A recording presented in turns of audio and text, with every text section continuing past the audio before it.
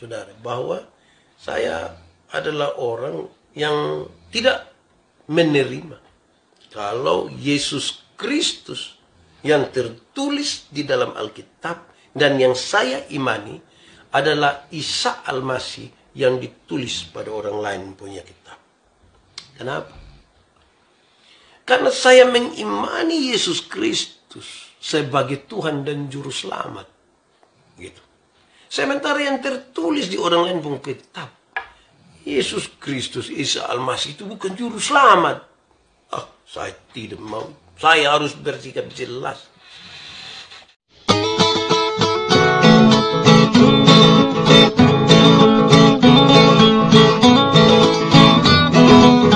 Hari ini terambil dari Wahyu pasal 3 ayat 14 sampai ayat yang ke-22. Wahyu pasal 3 ayat 14 sampai ayat yang ke-22. Saya akan bacakan untuk kita kepada jemaat di Laodikia.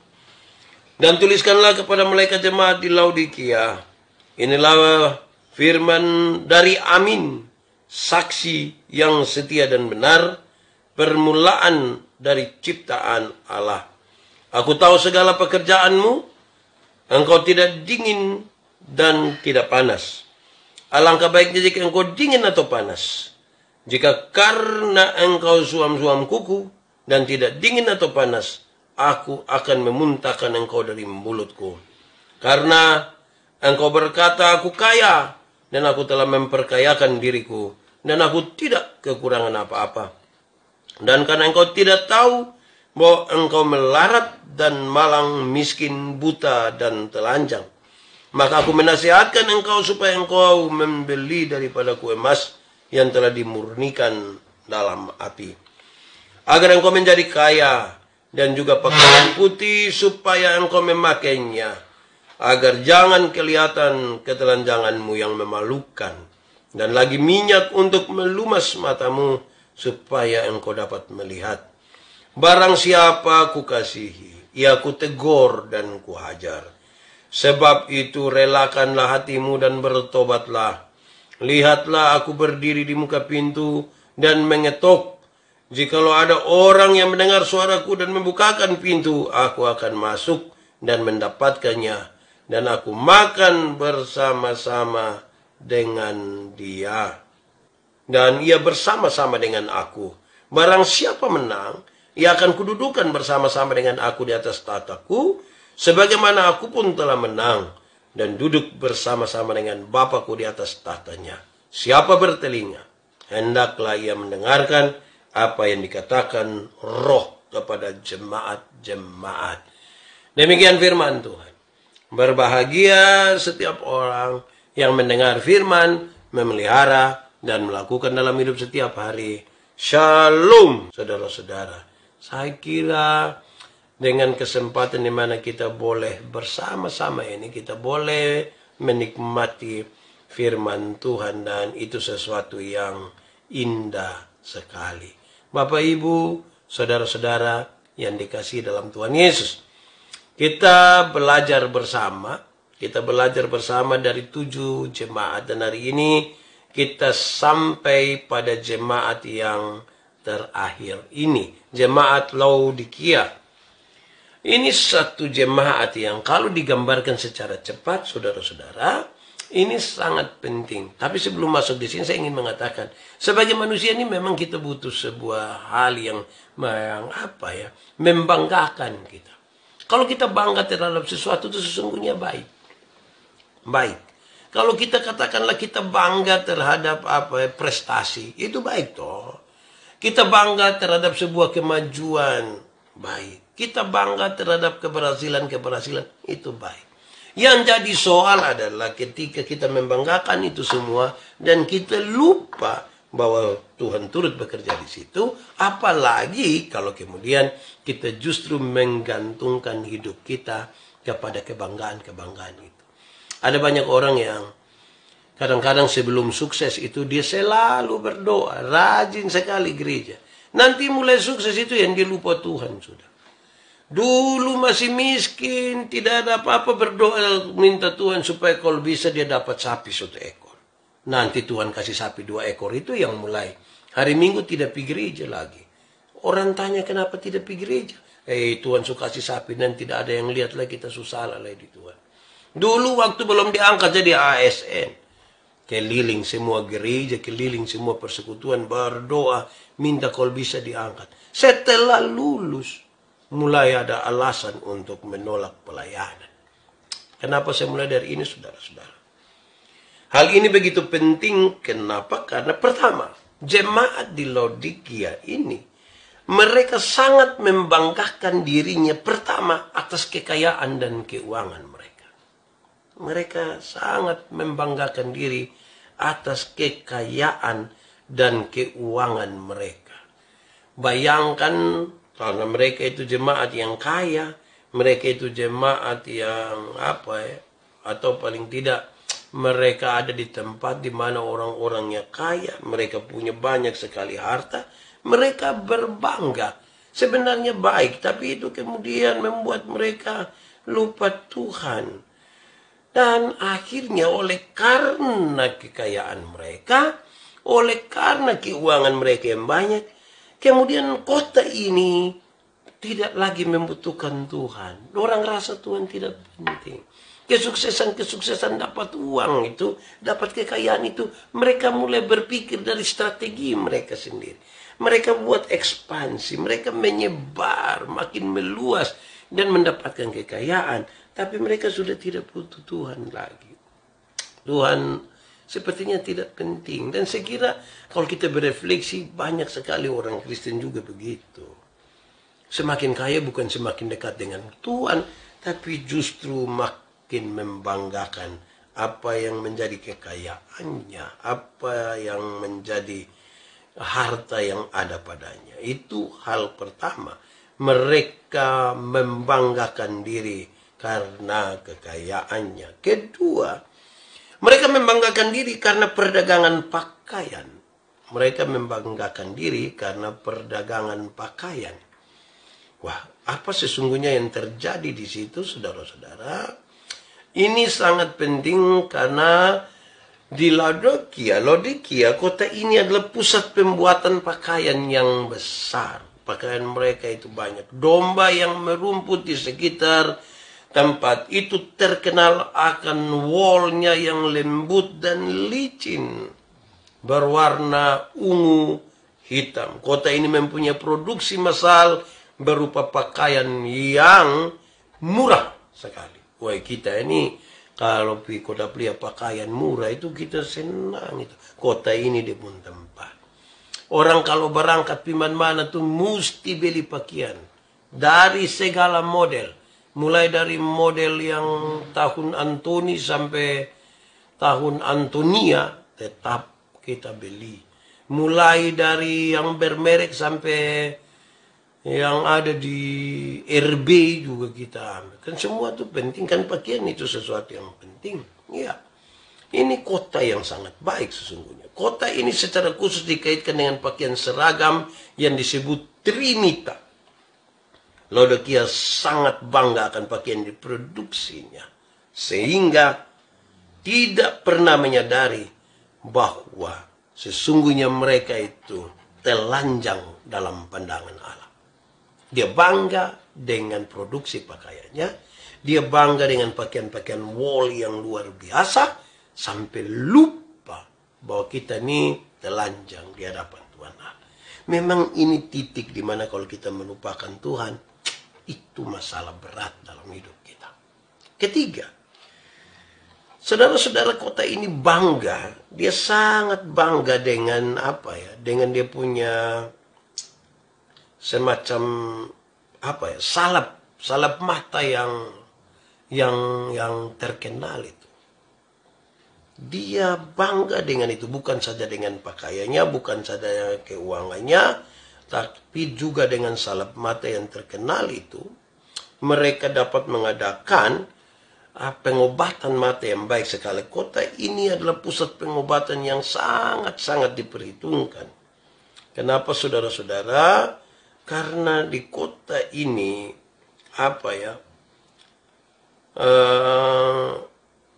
ada minyak untuk telinga dan minyak untuk mata yang sangat baik sekali. Untuk perawatan mata, untuk perawatan telinga. Laodikia sangat menyadari keterampilan medis di bidang ini. Mata, telinga. Karena itu, mereka sangat mampu merawat mata dengan baik. Hampir-hampir karena terlalu taruh perhatian di rawat mata. Ini mata ya, mata ini bukan alis mata ya. Alis mata itu lain. Ini yang mata untuk melihat. Bukan bulu mata juga. Ini yang betul-betul biji mata. Mereka merawat mata mereka bisa terang, bisa melihat dengan baik segala macam. Sampai mereka lupa menyadari bahwa secara rohani mereka buta. Secara rohani mereka buta. Ini dia masalah. Jangan sampai saudara-saudara kita terlalu bisa melihat sesuatu dengan jelas. Tetapi hati, iman kita buta. Dan ini bahaya. Saudara-saudara, pembacaan tadi dimulai dengan serangkaian gelar bagi Tuhan Yesus. Sebutan bagi Tuhan Yesus. Paling tidak disebutkan Tuhan Yesus Kristus itu adalah Amin. A-M-I-N. Amin.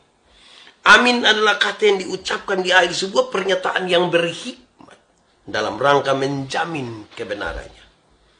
Amin adalah kata yang diucapkan di akhir sebuah pernyataan yang berhikmat dalam rangka menjamin kebenarannya. Ya, betul. Itu benar. Karena itu, ketika disebutkan bahwa Yesus Kristus adalah Amin, berarti bahwa Yesus Kristus itu benar. Dia setia. Dan dia tidak perlu diragukan sedikit pun. Manusia mungkin kita masih bisa ragu kepada siapapun. Tetapi Yesus Kristus itu tidak diragukan. Dia ya dan amin. Tapi kita ini kadang-kadang lebih percaya manusia nih daripada percaya Tuhan. Coba kita jujur. Kita ini lebih percaya. Manusia ini janji kita ini kita bisa cepat-cepat percaya. Padahal di belakang-belakang kena tipu ini. Tetapi kalau Tuhan yang janji ini kita mau percaya susah sekali. Firman ini saya kira penting. Yesus Kristus disebut sebagai yang amin itu. Dia tidak boleh diragukan. Saya bicara di mana-mana. Kecewa ialah. Karena kita terlalu berharap kepada manusia. Siapa yang berharap kepada manusia, pasti akan ketemukan satu kata yang bernama kecewa. Kalau kece saja tidak apa-apa. Tapi kalau tambah wah itu yang apa-apa. Tapi berharap kepada Tuhan, mestinya kita tidak pernah kecewa. Kenapa? Karena dia itu setia. Dia benar. Yo, Mikal Obe. Amin artinya sungguh dan benar. Dalam arti ini kita melihat Yesus Kristus kalau disebut amin, dia setia. Dia tidak perlu diragukan lagi. Dalam kaitan dengan itu juga saudara-saudara, Yesus Kristus disebut amin adalah sesuatu yang kita dapatkan tentang apa yang diajarkan, yang dibicarakan oleh Tuhan Yesus. Isinya dan apapun yang keluar dari Tuhan Yesus sesuatu yang amin. Dia menyatu betul dengan apa yang disampaikan. Dia benar. Dia sungguh-sungguh. Dan ini yang serius. Surat ini dimulai dengan sebutan yang luar biasa. Dia itu amin. Mestinya kita mengamini itu. Mengamini itu tuh bukan amin di mulut sah. Tapi kita benar-benar percaya bahwa dia setia. Dia tidak diragukan lagi. Tapi mari kita renungkan ulang tosa. Saudara semua. Kadang-kadang memang kita lebih percaya manusia. Padahal dalam percaya itu kita ada ragu-ragu sedikit. Tapi ada orang yang begitu percaya kepada manusia. Justru dia tidak percaya kepada Tuhan. Nah, itu masalahnya. Kedua, saudara. Yesus Kristus disebut sebagai saksi yang benar. Dia bukan saja amin, tetapi dia sekaligus saksi yang benar. Saksi itu, saudara, paling tidak harus memenuhi 3 syarat. Dan saya kira ini Tuhan Yesus benar-benar ada di sana. Saksi itu memenuhi 3 syarat. 1, dia melihat dengan matanya sendiri apa yang disaksikannya. Bukan dengar cerita. Bukan. Dia melihat dengan mata sendiri, mengalami langsung. Dia melihat. Itu saksi. Jangan tidak melihat tapi bikin sama kayak melihat. Saksi itu melihat. Kedua, saksi itu benar-benar jujur. Dia harus jujur. Kalau sudah melihat, dia mesti jujur supaya dia dapat mengulangi kesaksiannya itu dengan akurat. Karena ada orang yang dia bisa omong pertama lain, omong kedua lain. Ini bukan saksi yang baik. Saksi yang baik itu seperti Tuhan Yesus. Dia benar-benar jujur. Sehingga kalau dia harus bicara 4 kali, memang pertama, kedua, ketiga, keempat itu sama. Dia bisa ulang kembali. Itu syarat. Bukan saja melihat langsung apa yang dia katakan, tetapi dia benar-benar jujur. Karena itu dia bisa dapat mengulangi dengan akurat, dengan persis seperti apa yang dia katakan. Ketiga, saksi itu mempunyai, ini syarat yang ketiga, mempunyai kemampuan untuk mengatakan apa yang harus dikatakan. Mempunyai kemampuan untuk mengatakan apa yang harus dikatakan, sehingga kesaksiannya dapat menghasilkan kesan yang benar. Kemampuan untuk mengatakan supaya kesaksiannya menghasilkan kesan yang benar. Ya Pak Pendeta, ada kesan yang salah? Ada. Contoh, biasa teman-teman perkabaran Injil suka pakai contoh. Ketika satu saat dong mau tegur orang yang suka minum minuman keras. Terus dorang taruh cacing di dalam 2 botol. 2 gelas lah begitu. Di botol yang pertama itu, dorang taruh begini. Taruh sopi, minuman beralkohol. Di cacing yang kedua, di gelas yang kedua itu mereka taruh air putih biasa, air bening. Saya bilang air putih lain, nanti ada yang protes. Air bening. Setelah itu dibiarkan beberapa saat. Lalu dong kasih tinggal 1-2 hari. Terus besoknya lihat yang di yang ditaruh alkohol itu, ternyata itu cacing dong masih aman-aman begitu. Tapi yang ditaruh itu cacing sumati. Nah, lalu setelah melihat hal itu, yang kasih contoh ini dia tanya, saudara-saudara, setelah melihat ini, 1-2 hari saudara lihat perubahan yang terjadi, apa yang dapat saudara katakan tentang hal ini? Ada satu orang muda angkat tangan. Saya bersyukur sekali. Terima kasih kan saya sudah dapat ini ilmu. Kenapa? Karena sekarang saya tahu. Ternyata minum alkohol itu mengawetkan sekali. Dan lihat ini, cacing yang ditaruh alkohol itu dia tetap ada ini. Ini kan kesannya menjadi salah. Menjadi saksi itu harus betul-betul menyampaikan sesuatu supaya kemudian orang mendapat kesan yang benar. Ada banyak orang bersaksi tentang pertobatan misalnya. Justru yang diingat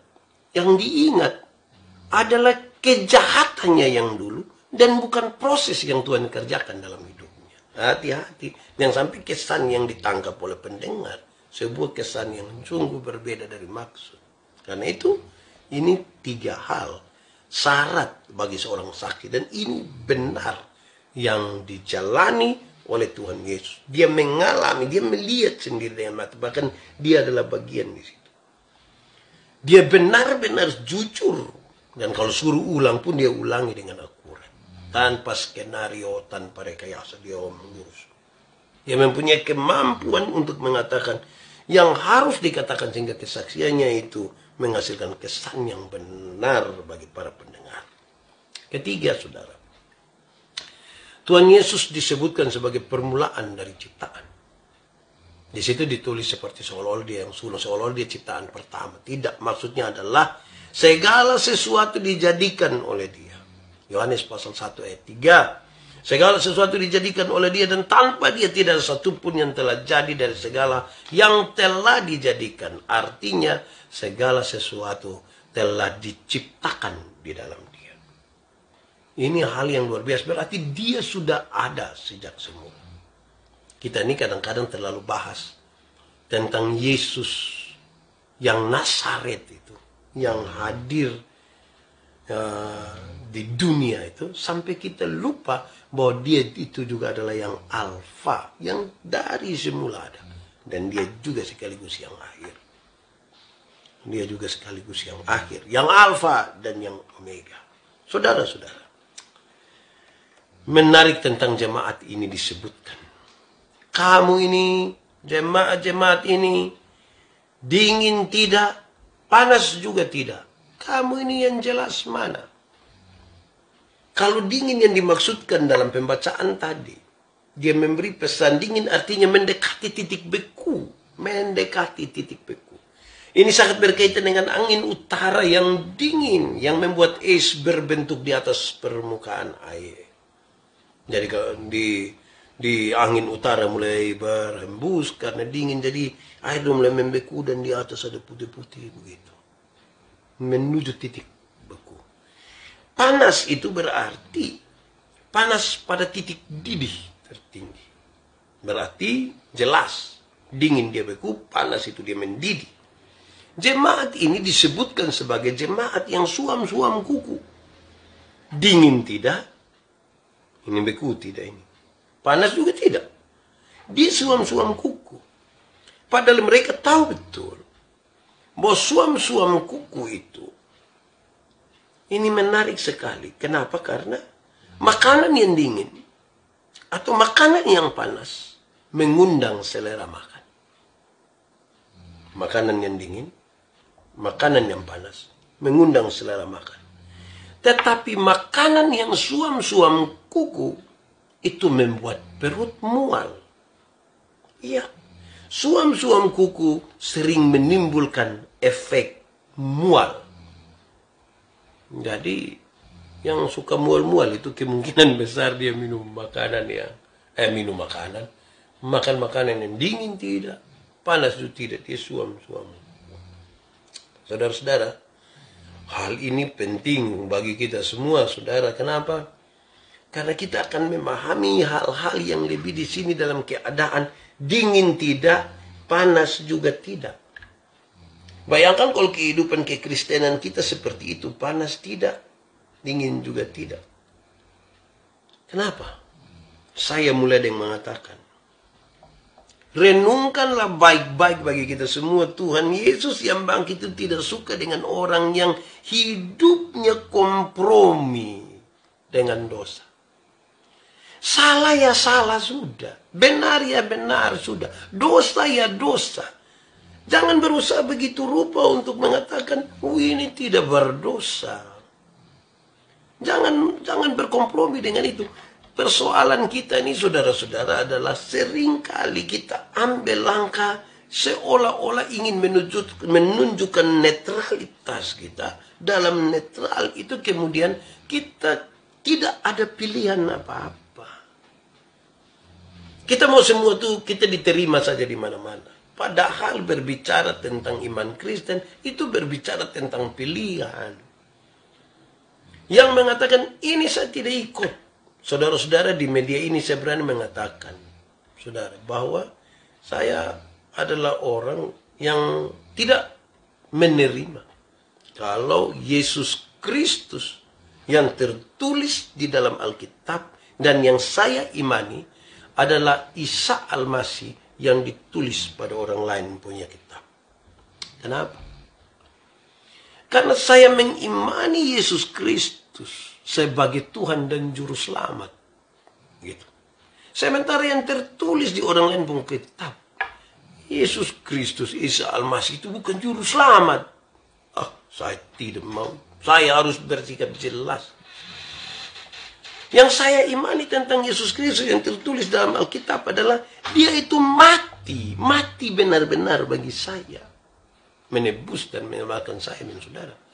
Tetapi Isa Al-Masih yang ditulis pada kitab orang lain itu Itu disebutkan dia tidak mati, dia diganti saja. Nah, ini kan dua hal yang sangat berbeda. Satu meyakini bahwa ini mati, satu meyakini bahwa dia hanya diganti. Masa kalau dua hal berbeda, satu mesti salah. Tidak boleh kompromi di situ. Tidak bisa kompromi di situ. Nah, suam-suam kuku ini mengakibatkan ini.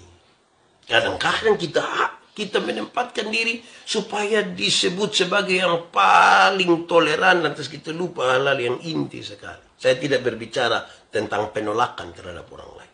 Tapi sikap kita terhadap apa yang kita imani mesti menjadi sebuah sikap yang jelas. Kalau tidak, kita juga disebut suam-suam kuku. Tuhan mau memuntahkan kita dari menurut pembacaan ini. Karena dingin tidak, panas itu tidak. Kita ini ya, kalau ada angin timur kita ke barat, ke angin bertiup dari timur ke barat, bukan angin timur kita ke timur. Angin timur kita ke barat, angin barat kita ke timur. Begitulah kira-kira. Jadi Tuhan Yesus yang bangkit tidak setuju dengan itu. Hidup yang tidak, yang sangat kompromi dengan kesalahan. Salah harus salah.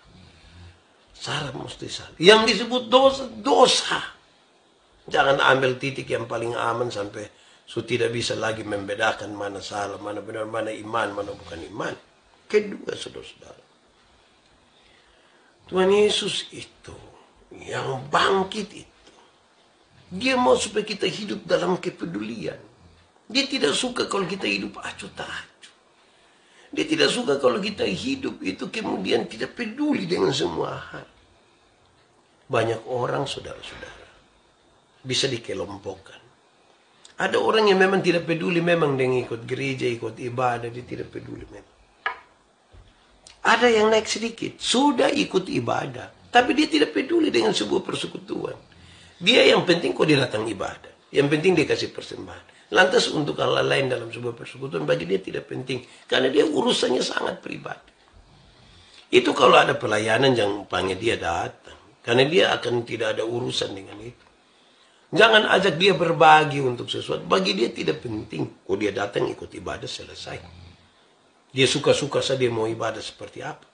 Karena bagi dia itu yang penting. Yesus tidak suka itu. Tuhan Yesus yang bangkit itu mau supaya kita tidak acuh-acuh. Kita tidak mengembangkan ketidakpedulian kepada orang lain, kepada sebuah pergumulan. Kita harus menjadi bagian di dalamnya. Ini penting, saudara. Ini serius bagi kita semua. Supaya kita benar-benar percaya kepada Tuhan. Bukan saja kita sudah mengambil sikap, tetapi sekaligus mengembangkan apa yang Tuhan Yesus kerjakan. Saya kira solidaritas, pakai bahasa yang bisa dimengerti. Kenapa kita mesti solidaritas, bersolider dengan orang lain? Karena Tuhan lebih dahulu solider dengan kita. Kenapa saya harus mengasihi? Karena Tuhan lebih dahulu mengasihi kita. Melayani lebih sungguh. Melayani lebih sungguh.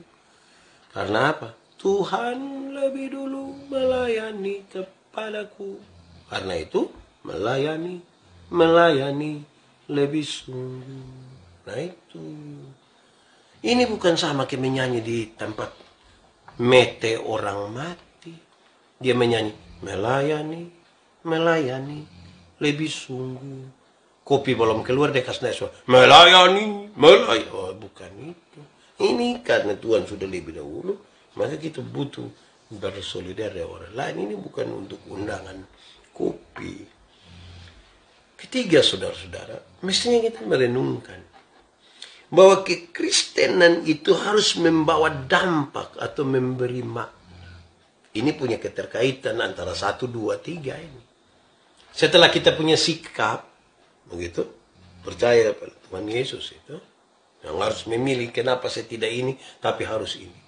Setelah sikap itu dan dalam kepedulian kita terhadap orang lain, bukan acuh tak acuh, Mestinya itu kemudian membawa dampak, berdampak bagi tempat di mana kita ada. Tapi dampak itu bisa dua. Dampak itu bisa dua. Ada dampak yang baik, ada dampak yang tidak baik. Kadang-kadang kita pun kehadiran membawa dampak yang tidak baik. Saya ingat ketika saya dinasihati oleh seorang pendeta. Dewa Yandi, ingat kalau engkau jadi pendeta itu, jangan terlalu pergi di jemaat puruma.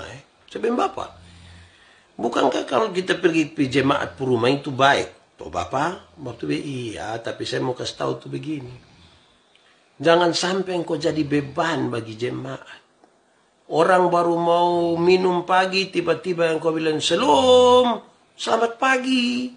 Don dengar ambil selum Bapak, aduh Bapak, mari, aduh. Bapak pendeta datang, aduh, mari, silakan. Mama, mari Pak pendeta datang, ini minum pagi. Orang pas mau makan siang, Bapak sampai kok, selamat siang. Itu dong selum juga, tapi dia suara turun sedikit. Selum Bapak, mari Bapak, aduh, dia selum mulai itu. Orang baru mau minum sore, sampai lagi selum. Itu nanti tiba-tiba tuan rumah tanya, siapa Bapak pendeta, mari tetap tahu mama ada di mana kok. Mulai berubah itu. Malam orang mau makan malam, tiba-tiba kita sampai lagi. Salam. Itu lama-lama tuan rumah, pikas tahu yang Bapak tidak ada. Ini tiap hari hanya selum. Nah ini juga penting saudara. Jadi saudara-saudara, mestinya kita bawa dampak yang baik. Jangan justru dampak kita itu tidak baik. Jangan justru dampak kita menjadi tidak baik. Berdampaklah kehadiran gereja di tengah-tengah jemaah, kehadiran kehadiran gereja di tengah-tengah dunia, kehadiran orang-orang percaya di tengah-tengah dunia ini mesti memberi dampak. Saya kira kita bisa renungkan barang 10-20 detik. Kita sudah ada dampak, tidak? Dampak apa? Dan jangan sampai juga dampak kita sangat konseptual. Kita ontong di konsep sah. Tindakan tidak. Konsep saya. Nah ini jadi hal yang serius. Saudara-saudara, tapi dampak itu juga jangan kemudian hanya untuk apa? Memuaskan kita pun mau. Jangan untuk cari keuntungan lagi di situ. Jangan sampai kemudian kita bilang kita peduli dengan orang lain, lantas kemudian kita pergi menjual kemiskinan mereka untuk kita. Ini jadi masalah. Saudara-saudara yang berikut. Mari kita renungkan saudara-saudara bahwa barang siapa yang kukasihi, kutegur dan kuhajar. Firman tadi mengatakan begitu. Kasih. Kukasih. Kata dasarnya kasih. Apa sih yang dimaksudkan? Kasih adalah sikap yang baik yang tidak dapat dikalahkan. Kasih itu sebuah sikap, sikap yang baik.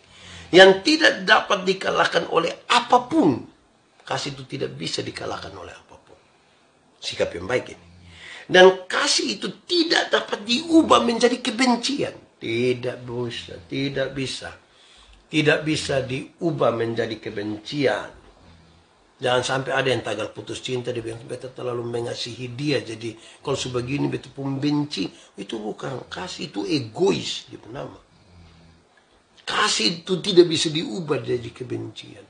Tidak bisa saudara bilang, itu hari per 15 Maret itu saya terlalu mengasihi dia, dan nanti mulai 10 Desember ini aduh, tidak bisa. Kasih tidak bisa diubah menjadi kebencian. Itu kasih.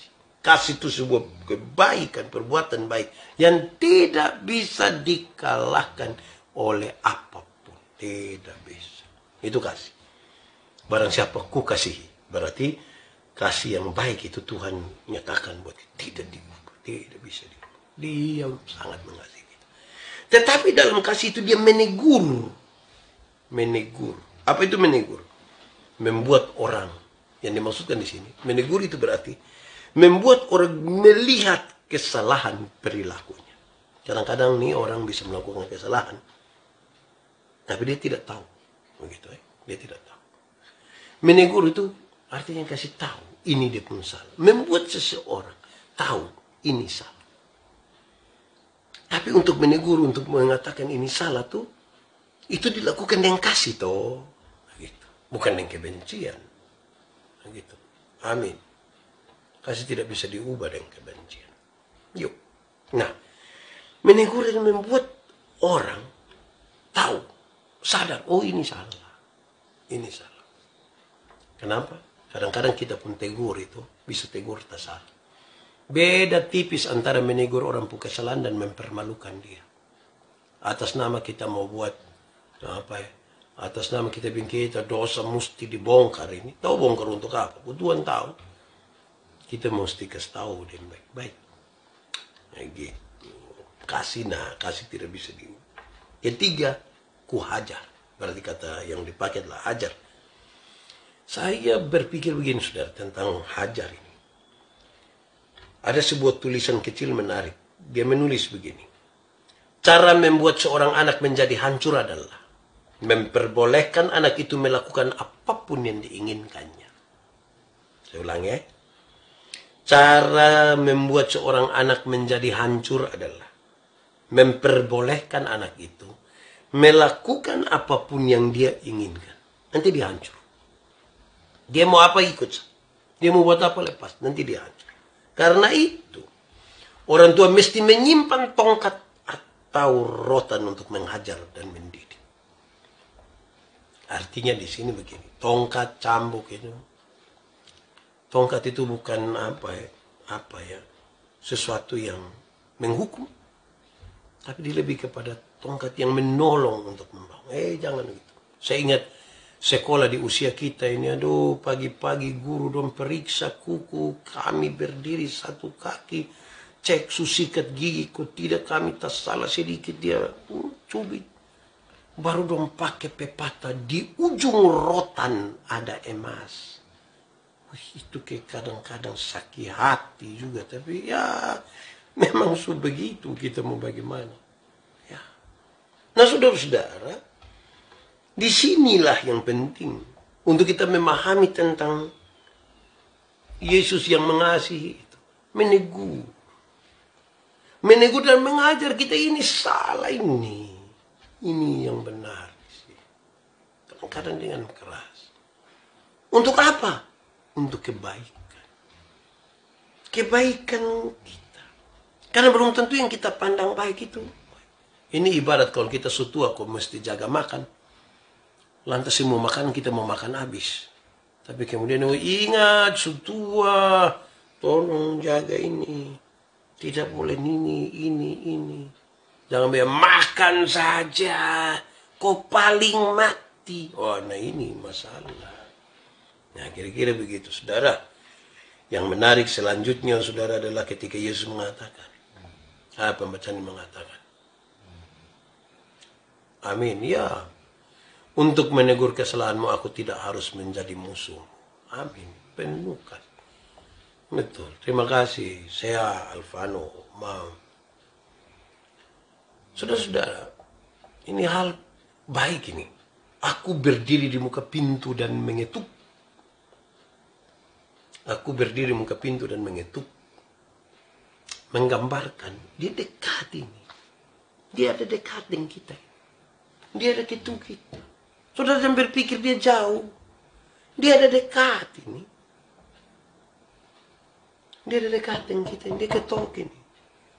Saudara ada rasa kok tidak? Ini butuh kepekaan terhadap itu, ini sebuah kesadaran untuk itu. Dia sudah di depan pintu, tetapi kemudian ini sekaligus sebuah penawaran.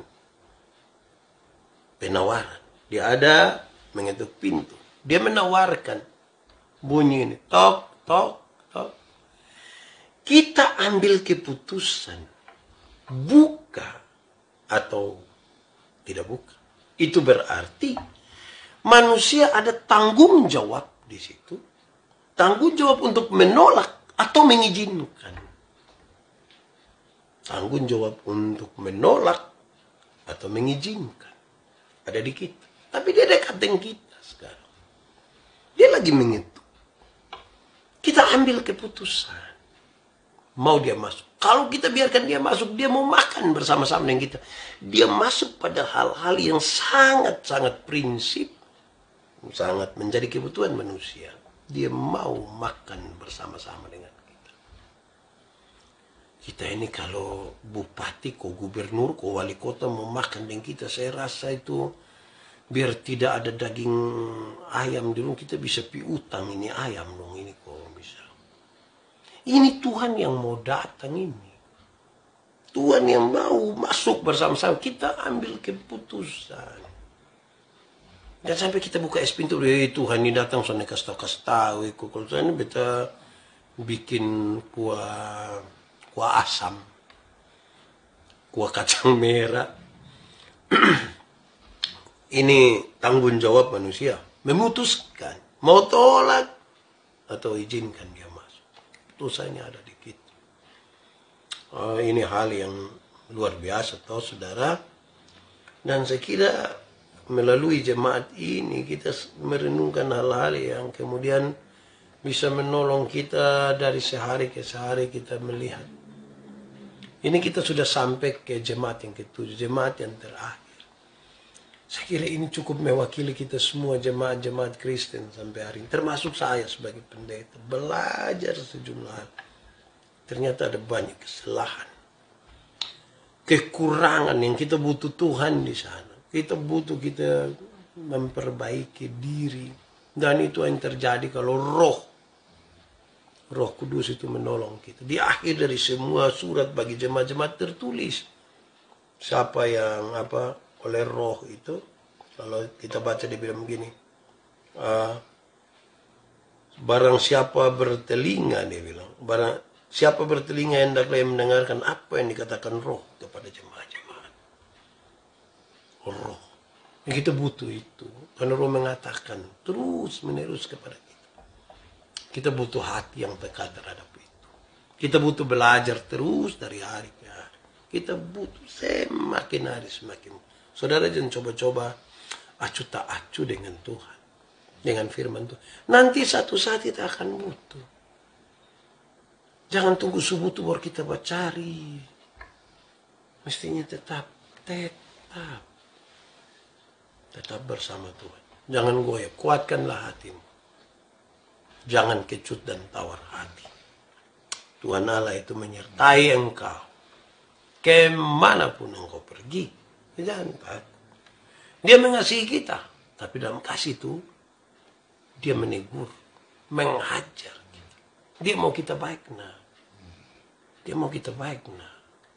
Kalau dia tidak mau kita baik, ini dia lepas saja kita mau bikin apa, ikut saja. Tuhan mau kita baik. Dia menegur, dia mengajar kita.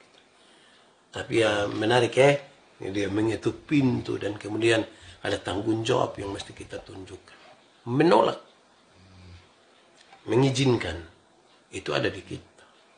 Silahkan kita memilih untuk itu. Puji Tuhan, kita menyelesaikan 7 jemaat ini. Semoga memberkati. Tidak ada benih firman Tuhan ditaburkan dengan sia-sia.